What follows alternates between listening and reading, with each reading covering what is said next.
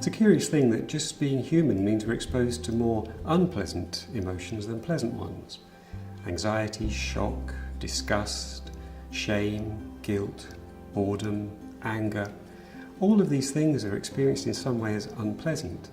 So quite naturally we tend to develop a desire to push them away, to get rid of them, or to avoid doing the things that cause these emotions to arise in the first place. Now with mindfulness we begin to learn new ways of approaching these emotions, acknowledging that they're present, turning towards them, stopping struggling with them, making space for them and allowing them to be as they are. This is very much a process of active acceptance rather than a passive putting up with. And it allows us to really carry on even though those feelings are present. If you think of a situation such as having to speak in public, you may automatically start to feel quite anxious about doing it.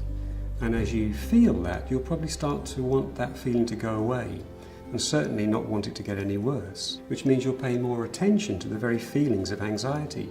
Because you're doing that, you'll notice them more, and you'll become even more anxious. So you start to get anxious about being anxious.